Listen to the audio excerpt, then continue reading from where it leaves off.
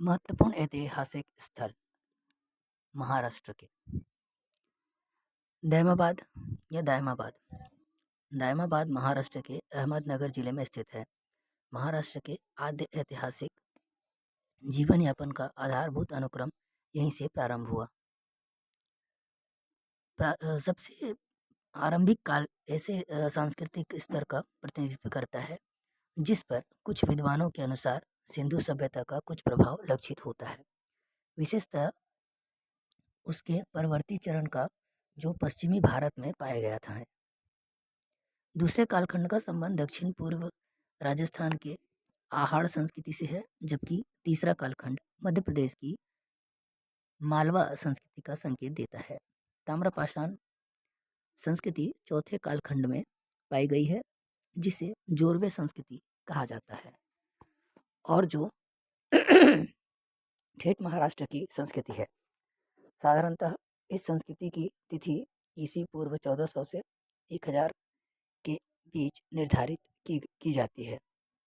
घर वर्गाकार, आयताकार या वृत्ताकार होते थे। दीवारें मिट्टी और गारा मिलाकर बनाई जाती थी और उनमें लकड़ी के डंडों की ठेक दी जाती थी। छत की सामग्री संभवतः फूस की होती थी, जिसे गारे से ढक दिया जाता था।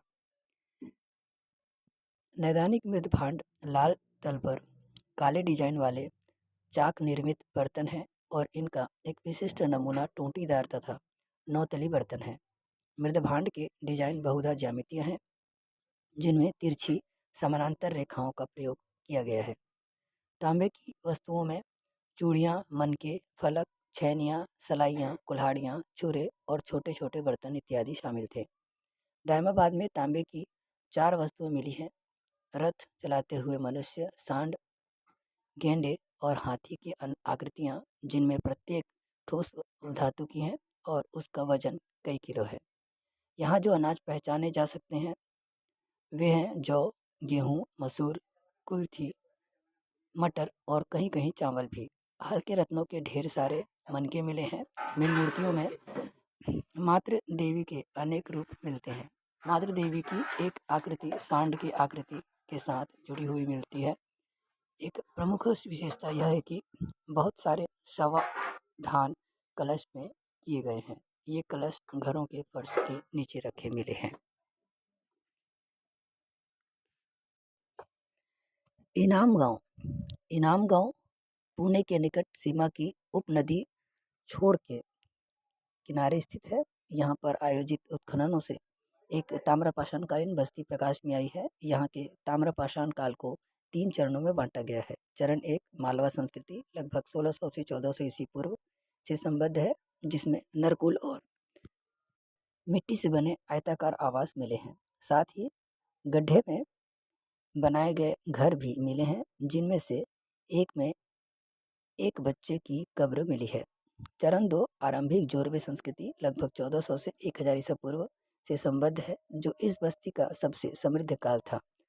आवास बनाने की विधि पिछले चरण के आवासों पर आधारित थी, परंतु आवास छोटे आकार के थे। इन आवासों में पक्के फर्श का निर्माण किया गया था, जिन्हें समय समय पर मिट्टी और चूने से लेपा जाता था।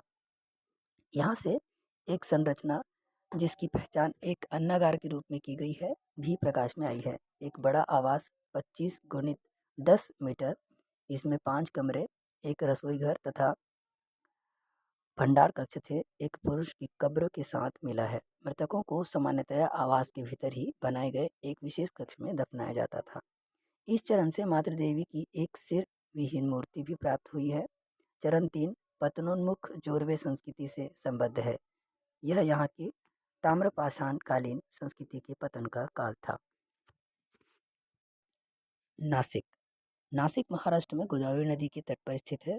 पातंजलि के महाभाष्य में इस नगर को उल्लेख मिलता है। उत्खननों के आधार पर यहाँ आवास के 4 चरण प्रकाश में आए हैं। पहला चरण ताम्रपाषाणकालीन था।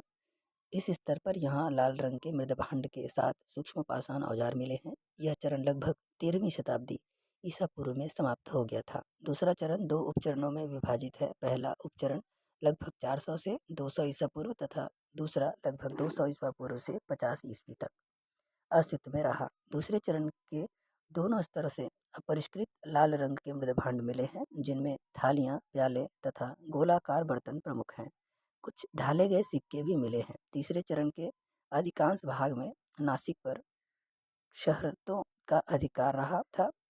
इस चरण में शकों की विशिष्ट मृदभांड शैली के लाल परिष्कृत मृदभांड के अलावा टेराकोटा की टाइलें प्रकाश में आई हैं। चौथे चरण में दिल्ली सल्तनत के राज्यपालों, मुगलों तथा मराठों का आधिपत्य रहा। सातवाहन वंश के महानतम शासक गौतमीपुत्र श्री शतकर्णी के चांदी के सिक्कों का ढेर नासिक में मिला है। नासिक में उद्र गणिदत्त नामक यूनानी के ने नासिक में एक गुफा खुदवाई। नेवासा नेवासा महाराष्ट्र के अहमदनगर जिले में गोदावरी की उपनदी प्रवर के दक्षिणी तट पर स्थित है। नेवासा में पुरापाषाण काल से लेकर उत्तर मध्य काल तक मानव अस्तित्व का एक पूर्ण सांस्कृतिक उपक्रम प्रकाश में आया है। नेवासा में आद्यैतिहासिक काल के सूक्ष्म पाषाण और तांबे के औजार मिले हैं। इस काल के काले रंग से चित्रित अच्छी तरह पकाए गए निष्प्रभ लाल रंग के मृदभांड भी मिले हैं। इस समय के कुछ मृदभांड विशिष्ट मालवा शैली से मेल खाते हैं और दूसरे जोरवे शैली के समान हैं। नेवासा में मिश्रित एबीवेली और एशुली उद्योग वाली उसी सामान्य स्थिति का विवरण प्राप्त हुआ है, जिसमें गंडासा और खंडक उपकरण पाए जाते हैं। नवदा टोली। अजंता अजंता महाराष्ट्र के औरंगाबाद जिले में स्थित है। यहाँ पहाड़ियों को काटकर 29 गुफाएं बनाई गई हैं, जिनकी दीवारों और छतों पर अत्यंत श्रेष्ठ कोटि की चित्रकारियाँ प्राप्त होती हैं। अजंता समूह में 29 गुफाएं हैं, जिनमें से 5 चैत्य तथा बाकी विहार हैं। चित्रकला के सबसे अधिक प्राचीन उदाहरण अजंता की गुफा संख्या 9910 में मिलते हैं। गुफा संख्या 9 में 16 उपासकों को स्तूप की ओर बढ़ते हुए दिखाया गया है। गुफा संख्या 10 में जातक कथाएं अंकित हैं। उनमें उपासकों को बोधि वृक्ष और स्तूप की पूजा करते हुए दिखाया गया है। अजंता की गुफा संख्या 16, 17 और 19 गुप्त काल की मानी गई है। गुप्त चित्रकला के सर्वोत्कृष्ट उदाहरण अजंता से प्राप्त हुए हैं। अजंता के चित्रों के 3 विषय हैं: छतों, कोनों आदि स्थानों को सजाने के लिए प्राकृतिक सौंदर्य जैसे वृक्ष, पुष्प, नदी, पशु पक्षी आदि तथा रिक्त स्थानों के लिए अप्सराओं, गंधर्वों तथा यक्षों के चित्र, बुद्ध और बोधिसत्व के चित्र, जातक ग्रंथों के वर्णनात्मक दृश्य। इन गुफाओं में कई अभिलेख भी मिले हैं, जिनमें से प्रमुख सबसे पहला सातवाहन शासक वशिष्ठ पुत्र पुन्नुभावी के काल का है। यहाँ के चित्रों में चालुक्य शासक पुलकेशिन द्वितीय को एक फारसी दूत मंडल का स्वागत करते हुए दिखाया गया है। अजंता की गुफाएं यूनेस्को की विश्व धरोहर सूची में शामिल हैं। सोपारा। प्राचीन बंदरगाह सोपारा महाराष्ट्र के ठाणे जिले में स्थित है। इसका उल्लेख महाभारत में भी मिलता है। पेरिप्लस ऑफ इथ्रियन सी एवं टालमी ने इसे सुरपाक कहा है। मौर्य काल में एक व्यापारिक मार्ग सोपारा को उज्जैन से जोड़ता था। यह मार्ग नासिक, अजंता एवं महेश्वर होकर गुजरता था। यहाँ अशोक का एक शिलालेख भी मिला है। शिलाहार वंश के 11वीं शताब्दी के एक ताम्रलेख में सोपारा का एक उल्लेख एक प्रमुख बंदरगाह के रूप में मिलता है। जुन्नार। जुन्नार महाराष्ट्र में स्थित है। जुन्नार के इर्द गिर्द कम से कम 135 बौद्ध गुफाएं हैं। यहाँ सातवाहनों की दूसरी राजधानी स्थापित हुई थी। जुन्नार की गुफाओं में सातवाहन राजाओं द्वारा यज्ञ दक्षिणा के रूप में ब्राह्मणों को दिए गए अनेकानेक दानों का विस्तृत विवरण अंकित है।